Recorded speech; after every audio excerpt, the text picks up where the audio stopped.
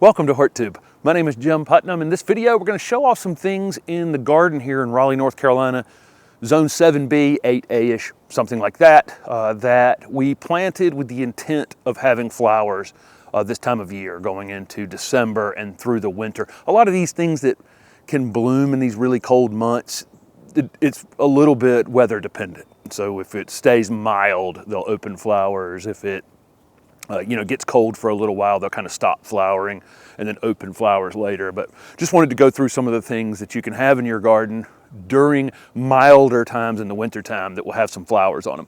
We have a lot of other things flowering, just strangely, that haven't gone to sleep yet here right at the beginning of December. One is this first choice Caryopteris, which still has just tons of flowers on it. This thing's been blooming since June.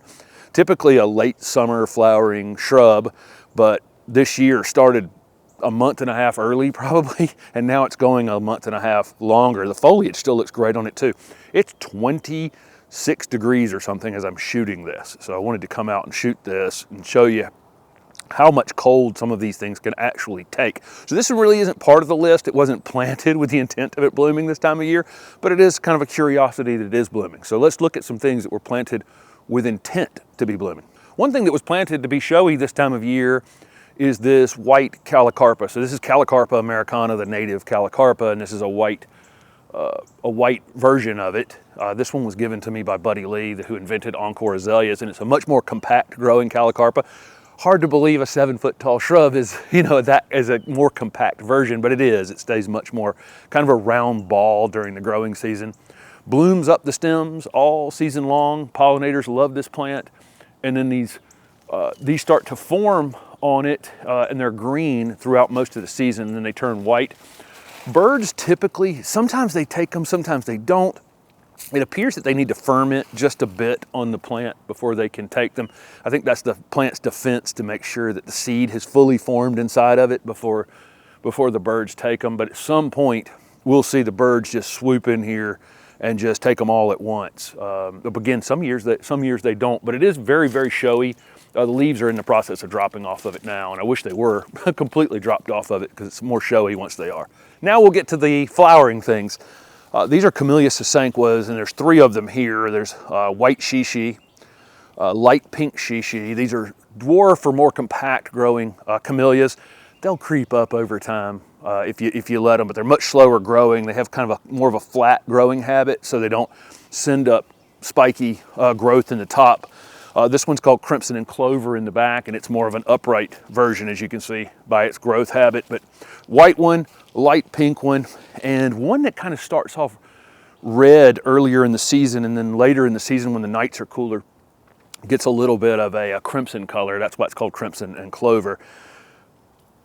These are Chamilia Sanquas, and they typically bloom November, December into January, depending on the weather and how the buds have held up to the whatever cold we've had at that time. And then Camellia japonicas typically kick in after that. February, March, April is when you'll see most of those blooming. A lot of those have much larger flowers, much bigger plants. As well. And then there's a lot of hybrids. There's and new ones coming. Some very interesting camellias in the next few years. Summer flowering camellias we're going to see in the marketplace. But always amongst my favorites, because this was the time of year when I could kind of slow down when I had my landscape company and I had my nursery business. And this was the thing that would greet you at home, the time of year that I had to garden in my own garden.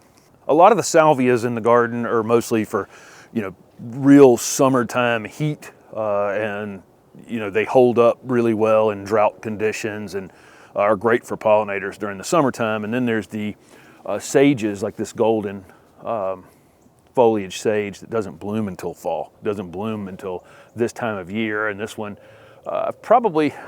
we had, again, it's like 26 degrees as I'm shooting this, and the foliage has been knocked back on it some, but I think it's supposed to warm up here in the next few days, and some of these flowers will continue to open on it. But this is a great fall and up until about early winter perennial plant that is great for the pollinators here in the late season. This thing sits here and doesn't do anything all season long. It's like a foot tall, and then as soon as the nighttime temperatures start to cool, it jumps up to 4 feet tall, and these flowers start to form and open on it. And you can see it's great for the hummingbirds as they're leaving town and passing through on their migration as well. This is always a fun one. I think sometimes maybe people don't know that their aloe will put on a big show. But it will. They need some cool nights, and so that transition from summer into fall and even into some minor freezes is kind of the perfect conditions to get one of these aloes to bloom. This one's called Safari Sunrise. This one's in the Southern Living Plant Collection and the Sunset Plant Collection as well. Just a showstopper of an aloe. We saw aloes out on the West Coast in this travel for the last couple months starting to bloom.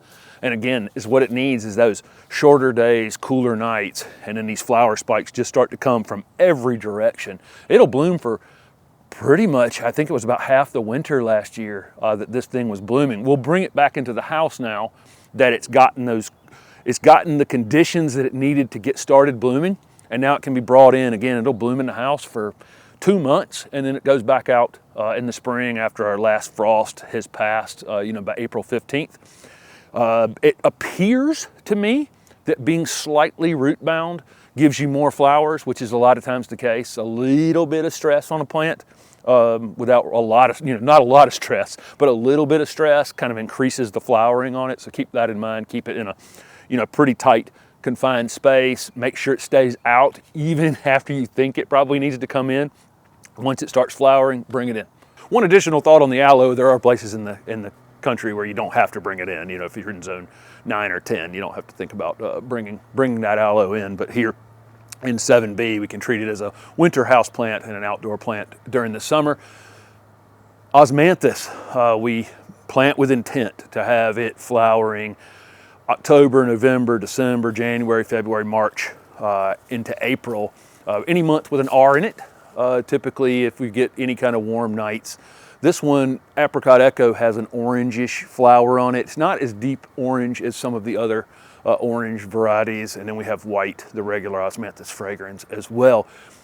A morning like this, you will not smell it at all. There's virtually no scent to it. You get a warmer morning or a warm evening, and you get this fragrance throughout the garden. And it's a very pleasant fragrance. And again, I've probably said on the channel a dozen times over the years, I'm not a big fan of really, really pungent, fragrant flowers. A lot of people are, but it's never been my thing. This is a really great fragrance for people who like fragrance in the garden, but not an overwhelming, perfumey kind of scent. This giant Fujiia, or tractor seat plant, some people call it, looks like it's on death row here this morning on a 26-degree morning, but it'll actually uncoil and stand back up this afternoon. The flowers on it are pretty close to opening.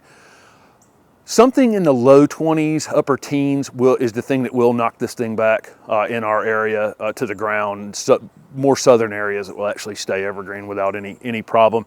And it has stayed evergreen here before, but last winter it got knocked to the ground in a deep freeze we had, sudden deep freeze we had. But it looks so bad this morning, but by midday with the sun on it, those leaves will uncoil, the flowers will stand back up. And on a warm day this time of year, the pollinators love that plant, as well as the Mahonia beside me. This is Marvel Mahonia, and this one is a real showstopper of an evergreen shrub.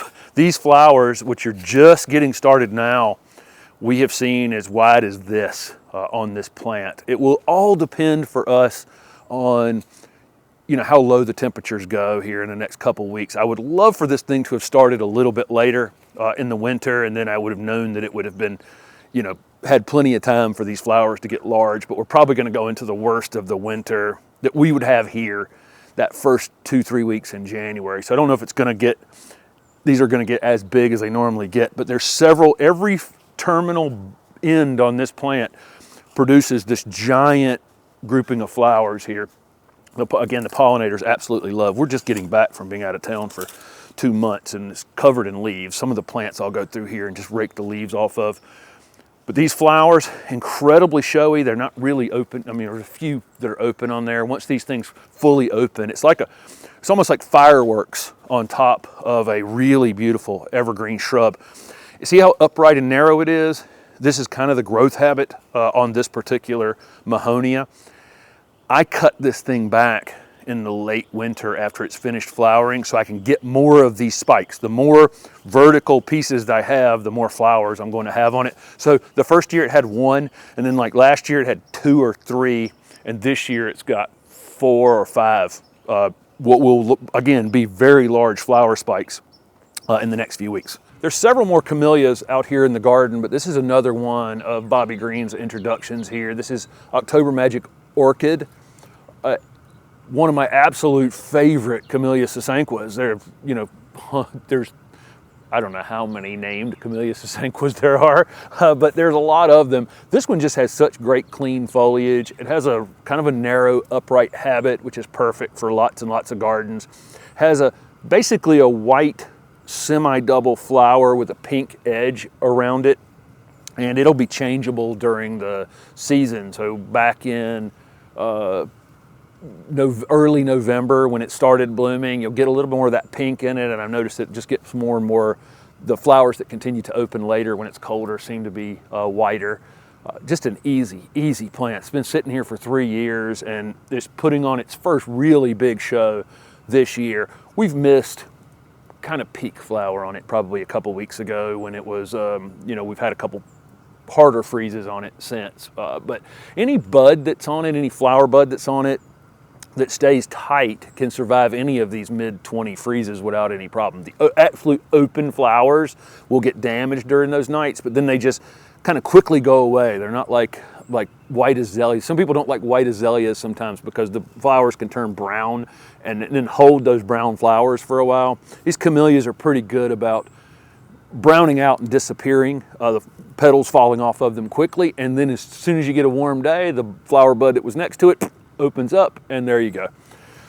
Then we have the alien plant. We'll finish up with this alien plant in the garden. This is a Fujiia, and this one's called Spider's Web.